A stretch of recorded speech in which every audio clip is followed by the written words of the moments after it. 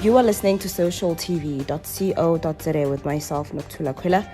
In our top stories, NPO Steps is in the forefront of fighting clubfoot, and Gates Foundation pledges $7 billion for Africa as Ukraine war diverts donor cash.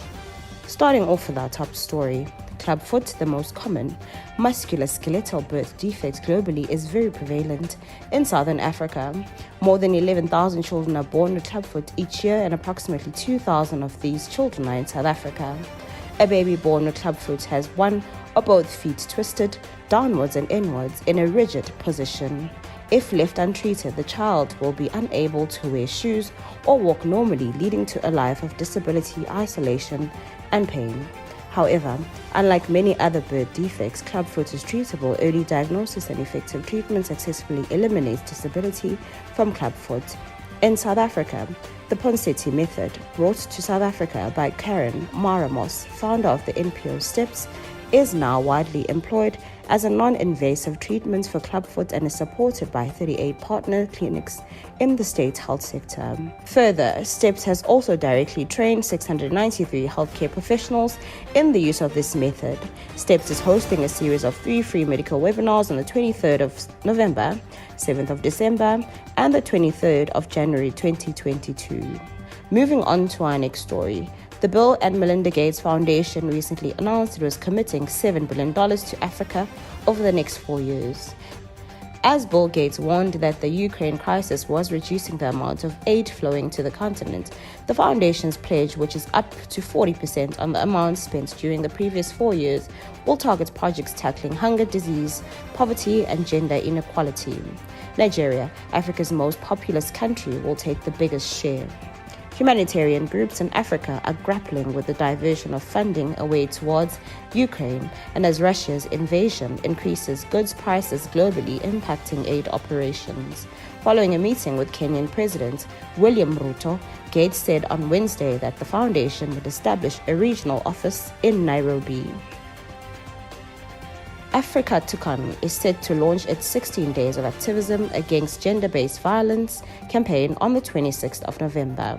This year's campaign, under the theme Amplifying the Voices of Young People Against GBVF, is the organization's response to heed the call for collaboration and proactivity against the scourge. Africa Tukan seeks to give young people the platform and advocacy skills needed to amplify their voices on issues affecting them. This is done through Young Urban Women, Young Urban Men, and Anti-Violence Buddies initiatives.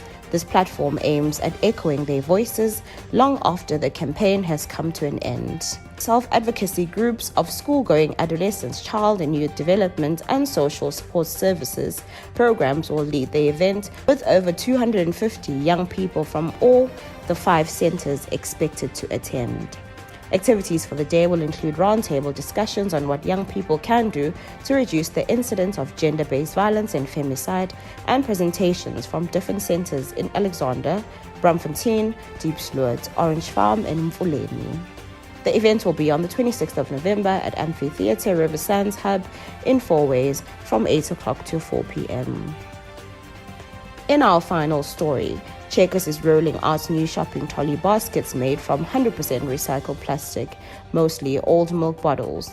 The move will divert more than 40 tons of recyclable material from landfills and is part of the retailer's goal to promote the circular economy.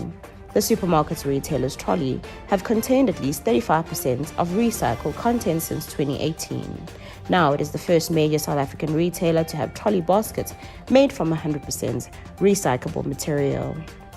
The new trolley baskets come in classic and mini sizes, each made from 180 and 110 old milk bottles respectively. Checkers has introduced several other environmental initiatives over the years, including becoming the first national retailer to introduce shopping bags made from 100% recycled content in its supermarkets, and being the first retailer to recycle sanitizing wipes from its supermarkets. The Checkers Sitari store is also the first premium South African supermarket to run entirely on renewable energy. To recap our top stories, NPO Steps is in the forefront of fighting clubfoot. For more CSI news, you can visit our website at www.socialtv.co.za.